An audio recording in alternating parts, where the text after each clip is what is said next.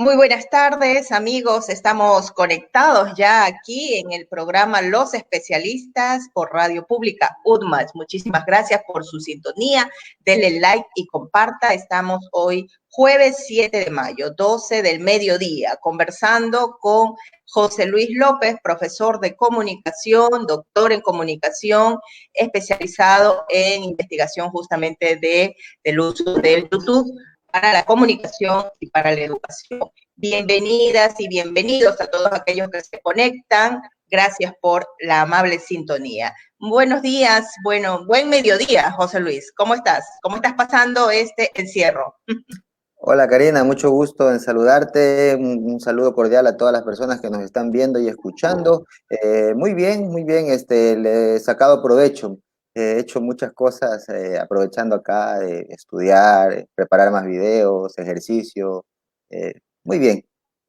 Bien, vamos al punto. El tema de hoy es el uso del YouTube para la educación y la comunicación. Tú eres comunicador, hiciste un doctorado justamente con un tema de investigación investigaste cómo algunos youtubers pueden influir con recursos educativos y recursos comunicacionales. Explícanos un poco de qué se trató la investigación de manera muy concreta.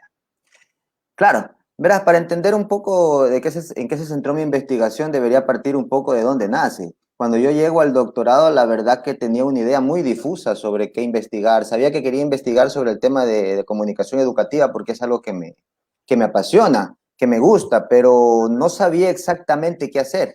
Y más o menos estuve como un año, año y medio a la deriva en la temática hasta que un día un estudiante me dio, prácticamente me iluminó, por decirlo así, con una pregunta que me hizo. Yo estaba dando una primera clase normal, muy tradicional, una primera clase, un primer día de clase, y al finalizar la clase se me acercó y me dice, profe, ¿cuál es su canal de YouTube?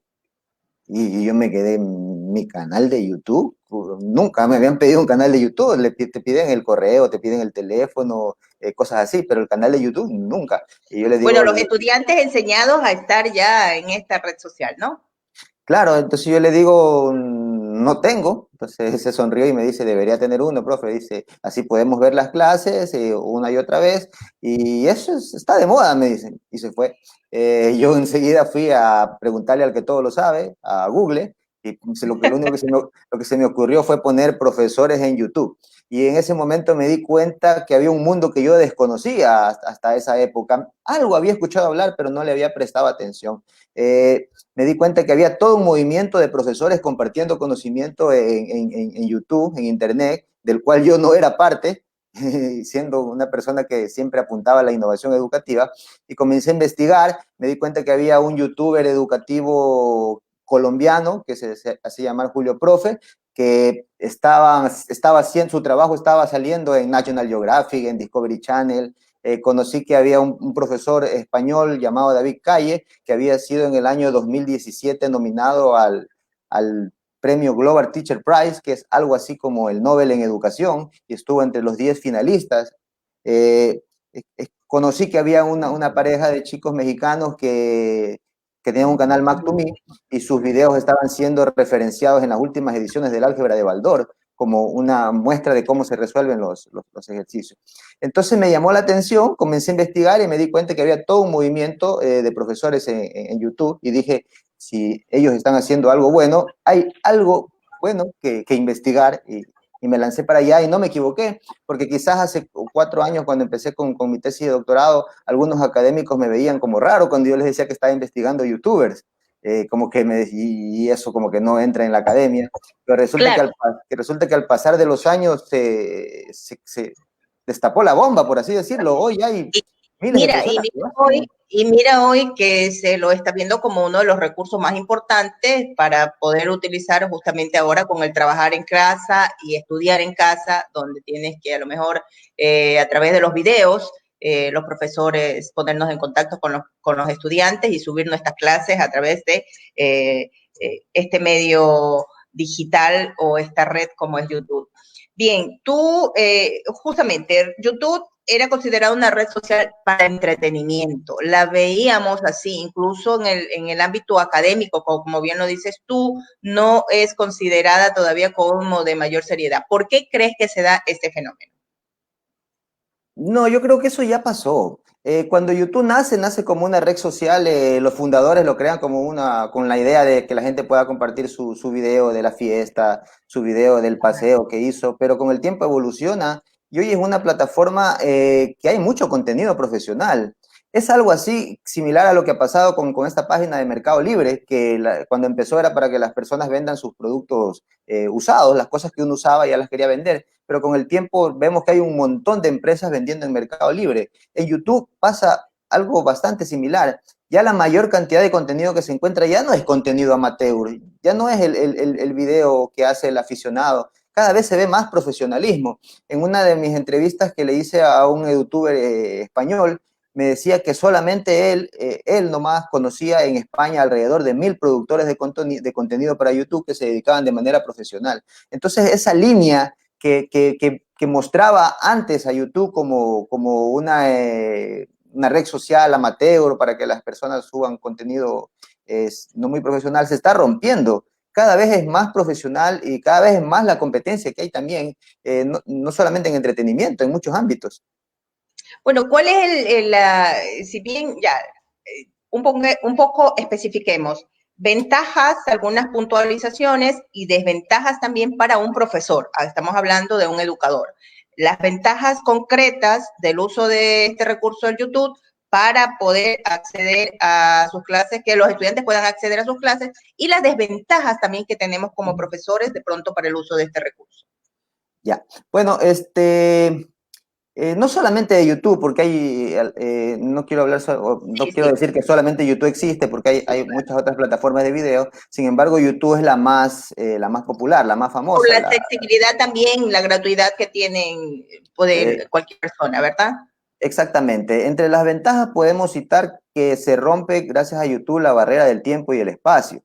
Es decir, ya no es que una persona puede compartir conocimiento con todo el mundo, prácticamente con cualquier otra persona que tenga una conexión a Internet. Esto ya rompe la barrera tradicional o los muros tradicionales de la universidad, donde la clase se quedaba ahí, en el aula, con los 25, 30 alumnos que estén ahí. Ahora los profesores que comparten sus clases en YouTube, pues lo pueden compartir con cualquier persona de cualquier país que tenga una conexión y que acceda a ellos. Es más, hay universidades como el Instituto Tecnológico de Massachusetts, que está entre las mejores universidades del mundo, que hace tiempo comenzó a abrir sus clases. Ya las clases ya no la ven como algo que tiene que estar en las cuatro paredes, sino las comparten con el mundo, y incluso algunos profesores, de lo que yo investigaba, tienen la visión de que no es obligatorio ir a sus clases, porque sus clases están en Internet. Y si quieren ir es para temas concretos, porque quieren estar presentes, porque quieren desarrollar un proyecto, porque quieren hacer algo. Entonces, la primera es eso. Ya el profesor no se ve limitado al tiempo y al espacio, puede compartir sus conocimientos. Aparte, también le sirve a un docente como una especie de marketing personal, de marketing, de marketing digital, porque se da a conocer. Sabemos que existe ahora un profesor así. Aparte, YouTube no solamente son videos grabados, también tiene transmisiones en vivo. Hay muchas personas que hacen clases en vivo también a través de YouTube. Y otro aspecto que creo que es un beneficio también para los profesores es que se pueden monetizar los contenidos, porque nos guste o no nos guste, necesitamos algunos recursos económicos para poder comprar equipos, para poder producir. Entonces YouTube Claro, permite monetizar contenido. sí, pero eso también no vendría a ser como una especie de, bien, o utilizamos la red como recurso educativo para las clases, pero también, como tú dices, al monetizarla, porque sabemos que si tenemos un número de seguidores y empezamos a generar o a poder ganar recursos económicos, ¿verdad? Eh, un poco comercializar esto y caer en el juego de que, bueno, yo puedo hacer como que todos mis alumnos se matriculen, los obligo que sean mis seguidores de YouTube, porque quiero aprovecharme de aquello para poder obtener recursos económicos, y utilizo mi puesto como docente en alguna institución y con mi canal de YouTube empiezo a ganar, pero solo para mí, no para la institución a lo mejor, ¿no? No, yo no lo veo así. En realidad yo creo en el principio ganar, ganar. Creo que en este mundo hay una oportunidad de que todos ganemos. Si gana el alumno recibiendo gratuitamente, no solamente los alumnos, porque hay un fenómeno interesante. Cuando yo entrevisté a Julio Profe, él me decía que él crea su canal de YouTube para sus alumnos, pero, oh sorpresa, la mayor cantidad de suscriptores de gente que le siguen son gente que no conoce. A mí me pasa algo similar. Yo tengo un canal de YouTube, un proyecto que dirijo con algunos compañeros, y resulta que cuando revisamos los seguidores, la mayoría no son estudiantes de nosotros, porque nadie tiene ninguna obligación de suscribirse al canal. Tú puedes ver los videos de alguien sin suscribirte, si quieres te suscribes, pero si no, no pasa nada. Y cuando uno comienza a revisar los seguidores y los comentarios que te llegan, te das cuenta que hay gente que no te conoce.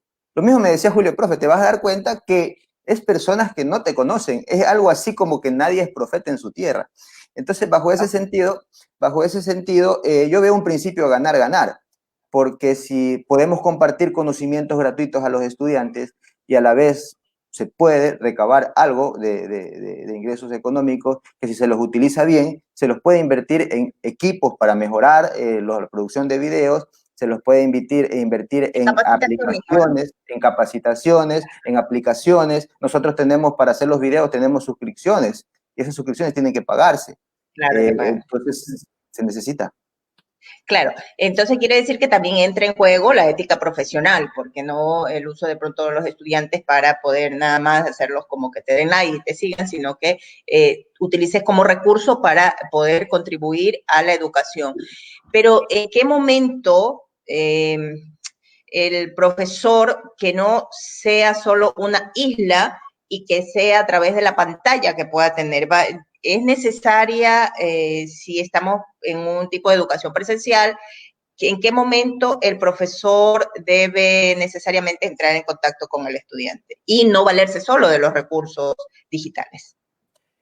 Bueno, si estamos en educación presencial es obvio que va a haber un contacto directo con el estudiante, pero en este caso YouTube nos sirve como una herramienta complementaria que nunca va a reemplazar la presencia del profesor en la interacción directa en persona con los estudiantes, pero sí como una herramienta complementaria. Te cuento cómo yo la uso. Yo la uso para aplicar el método Flip Classroom o de aula invertida. ¿Qué significa eso? Que todas mis clases, bueno, la mayoría de mis clases están subidas y los estudiantes ven mis clases antes de ir al aula. Ellos ven mis clases, responden unos cuestionarios que sirven como una especie de control de lectura, como para inducir, para motivar un poco que vean los videos. Y cuando vienen a clase, lo que hacemos es conversar, hacer retroalimentación si algo no quedó claro y nos vamos a la parte práctica. Es decir, en una clase normal, el profesor imparte en el formato tradicional de conferencia su clase 1 hora, 1 hora y 30, 2 horas, lo cual suele ser bastante cansado, considerando que la capacidad de atención de una persona está demostrado que va allá, no pasa de los 20 minutos. Sin embargo, muchos profesores seguimos insistiendo en dar conferencias demasiado largas. Además, con esta época de interconectividad que tenemos, cada vez salen más investigaciones que dicen que la capacidad de atención de la persona baja. Estamos hablando ya ni siquiera de 20 minutos, estamos hablando de menos. Entonces, ¿cómo se logra que el estudiante se involucre más? Haciendo cuestiones prácticas, haciendo lo que no esté sentado escuchando, sino que esté resolviendo ejercicios, que esté trabajando en el proyecto, que esté debatiendo, que esté... Y eso, en eso YouTube puede ayudar. Como te digo, en mi método, los chicos ven las clases antes de ir a clases. En clases hacemos una retroalimentación de los temas y pasamos a las cuestiones prácticas para llevar el conocimiento un nivel más allá. Según tu investigación, los videos de YouTube que se suben, por ejemplo, educativos, como un profesor, un video de cuántos minutos es básico para poderle explicar un poco y luego ir a la clase a hacer retroalimentación o hacer un poco más de contextualización. Mira, esa es una pregunta que yo llevaba, que le hice a todas las personas que entrevisté y que la analicé en los videos porque trataba de buscar un promedio de cuál es el tiempo que debe durar un video, pero honestamente no lo encontré. Y cuando le pregunté a las personas me decían que no tenían tampoco ningún promedio, que habían videos que duraban 2, 3 minutos, como hay otros videos que duraban 15 minutos. Cuando uno hace las capacitaciones en la plataforma, en la Academia de Productores de YouTube, te hablan que no hagas videos más allá de 5 minutos. Sin embargo, en una entrevista, un profesor me dice, yo hacía videos de no más de 5 minutos, pero un día hice un tema que me gustaba tanto que me extendía 20 minutos y resulta que ese es el video que más me ven. Entonces, no se puede dar una cantidad. De acuerdo a la temática, de acuerdo al interés que puede tener el público, ¿no? De acuerdo a lo que tú también puedes dominar como contenidos y exponer en eso, ¿no? Puede ser entonces diferente tiempo de videos de acuerdo a cómo tú vayas organizando también tus clases. Como decir presencial, ¿no? Un tiempo tú das a lo mejor la conferencia y no siempre es el mismo periodo de tiempo. Sí, lo que sí pude notar, no en plataformas de youtubers educativos populares, sino en canales que son especializados en crear cursos, es que en los canales de cursos que hacen por temáticas, vi que sus videos estaban en un promedio de entre 9 y 11 minutos, pero no es una regla que pueda decirlo así como que debe ser así.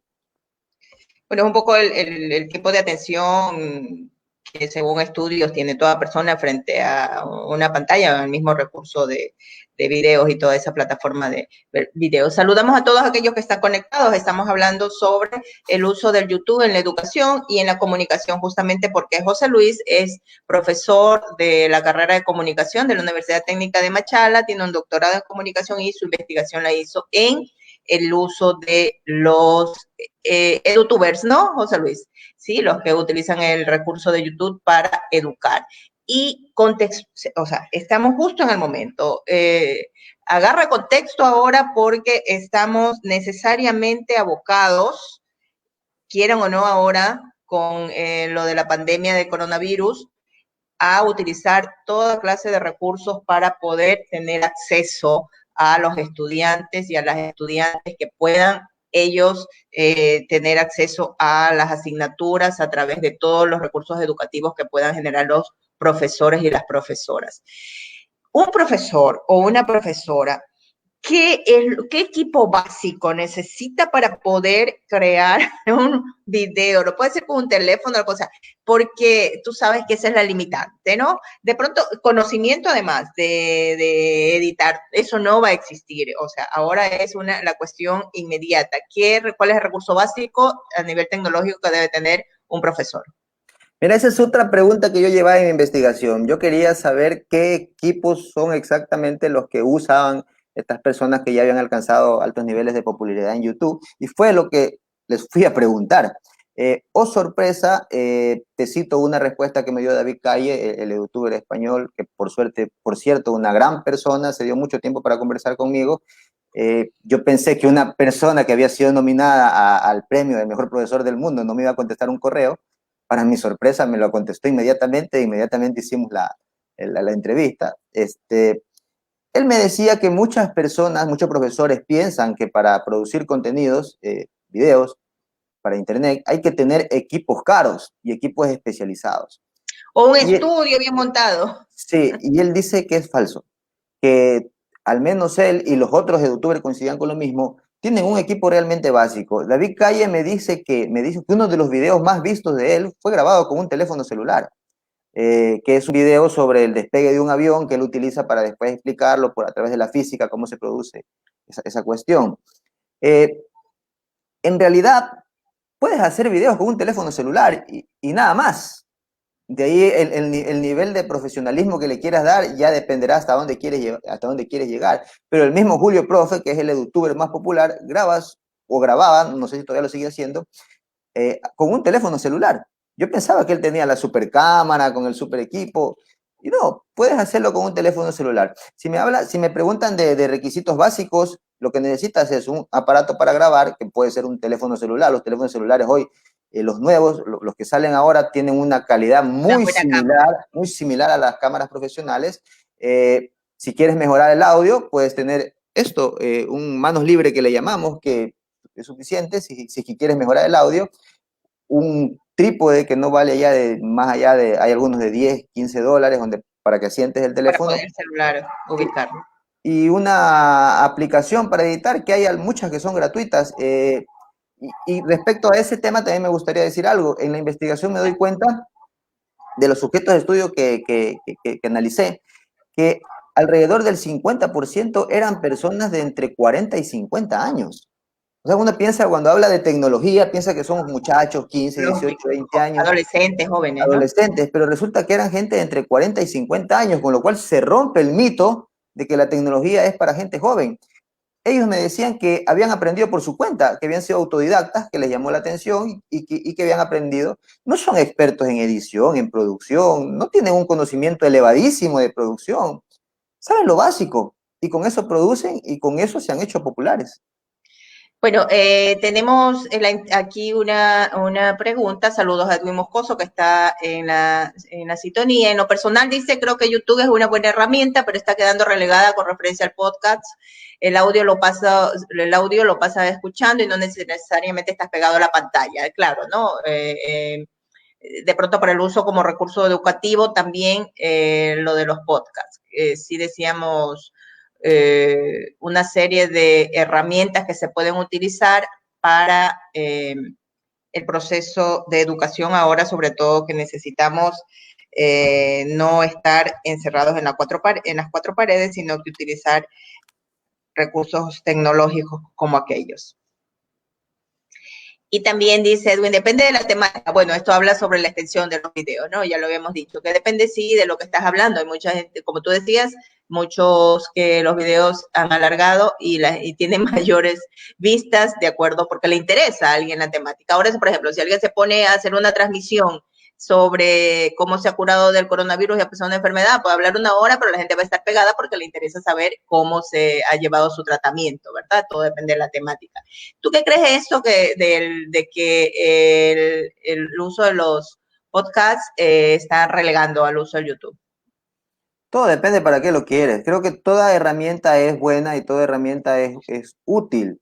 Sin embargo, si nos vamos a la pirámide o escala de aprendizaje, vamos a encontrar los diversos niveles de aprendizaje.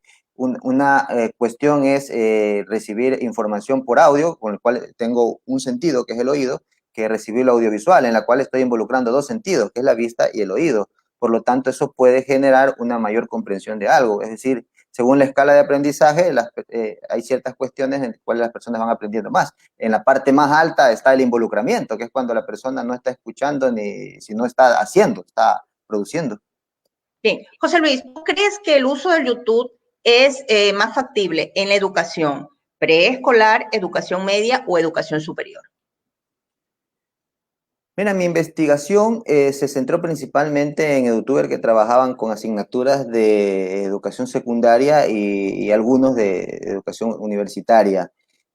No hice investigación en lo que respecta a los niños, probablemente sea un mundo aparte. Sin embargo, se puede encontrar también canales educativos de niños que utilizan formatos un poco más orientados un poco como una mezcla de entretenimiento. Por ejemplo, hay canales de experimentos y que veo que tienen muchísimos seguidores, y hay canales que enseñan con canciones que tienen muchísimos seguidores. Yo creo que es útil, pero la metodología debe ser diferente, porque no creo que sea viable, ya es una apreciación personal, no tengo el sustento teórico porque mi investigación no se centra en eso, pero no sé que sea muy viable poner a un niño a ver una clase tradicional en YouTube. Se va a distraer, al menos no por mucho tiempo. El Claro, ese es el formato debe ser problema diferente. en la educación inicial, es el problema de los elementos distractores. Eh, la plataforma YouTube, como un profesor, si bien tú sabes, no tenemos una serie de videos educativos que podemos utilizarlos y por lo general hemos sido consumidores de YouTube. La mayoría seguimos siendo consumidores. Para pasar a ser generadores de contenidos, el profesor poder pasar al otro lado de que tus clases tú las puedas complementar con este recurso educativo. ¿Cómo tú has dosificado esa parte? La teoría, la introducción, ¿a qué le haces video? Ya.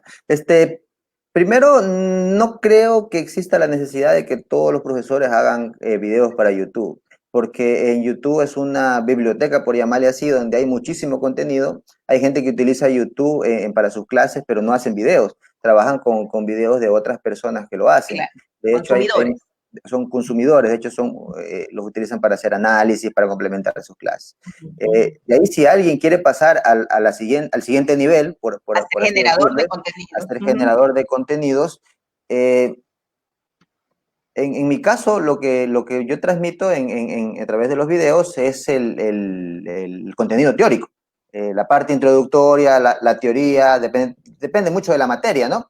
Va a variar, porque si es un ejercicio de matemática, es obvio que el profesor lo que va a centrarse es en resolver el ejercicio de matemática y que las personas vean el contenido. Depende mucho de la asignatura, por eso hay diversos formatos, de eso no hemos hablado. Hay el formato de videoclase, que es más o menos lo que yo hago, hay el formato de tutorial, donde una persona te enseña paso a paso a hacer algo, hay el formato de entretenimiento educativo, que se parece más al periodismo, donde utilizan muchos recursos, hay el formato donde hacen trucos, desafían a los estudiantes a través de ejercicios, trucos, y los tratan de generar interactividad para que lo resuelvan.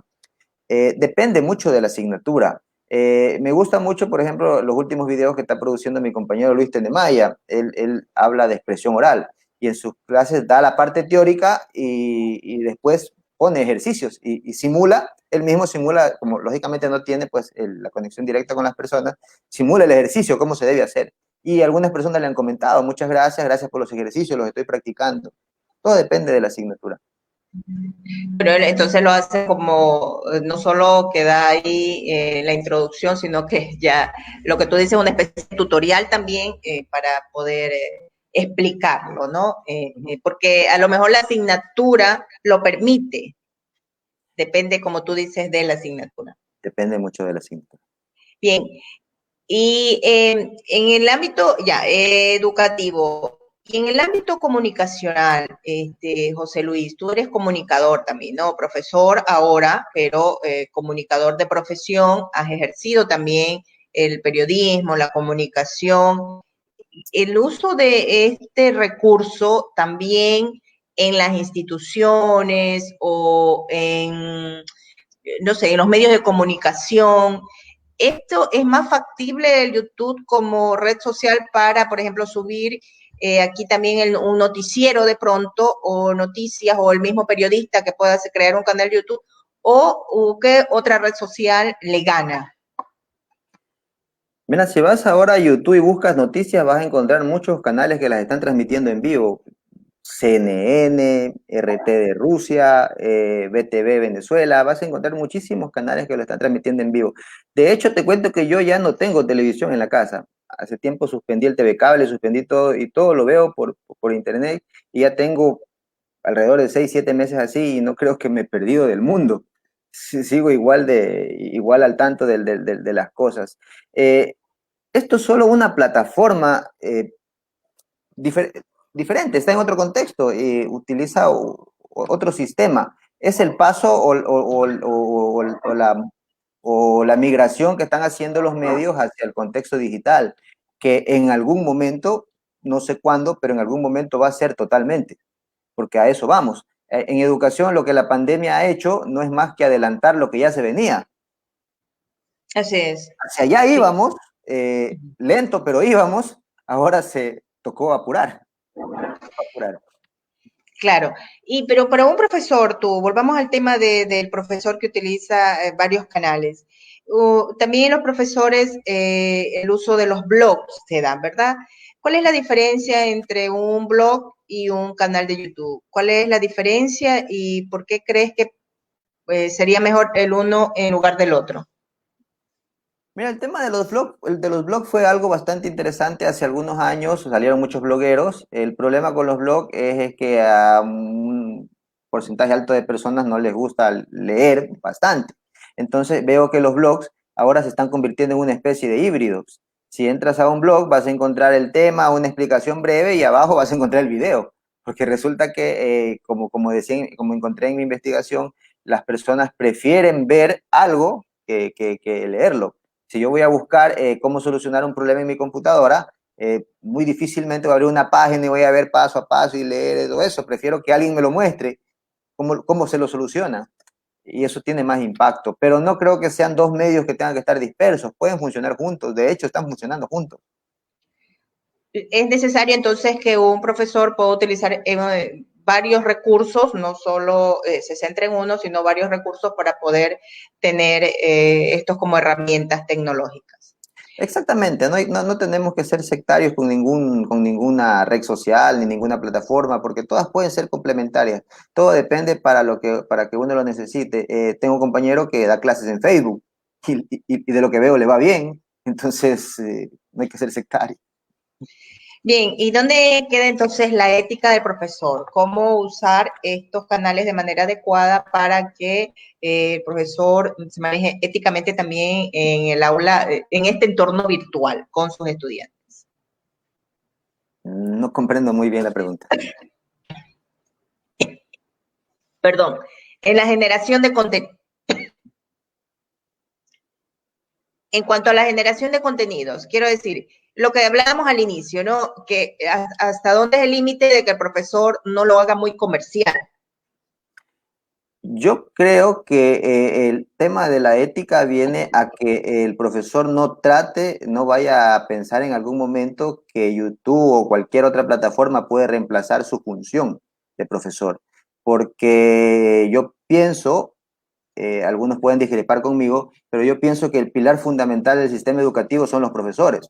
Algunos dicen que son los estudiantes, yo creo que son los profesores, porque son los profesores los que dirigen y en los que cae el peso de la calidad del sistema educativo. Entonces, hay algunos profesores que se vuelven fanáticos extremos de la tecnología, pero la tecnología no es nada más que la plataforma que permite llevar los mensajes.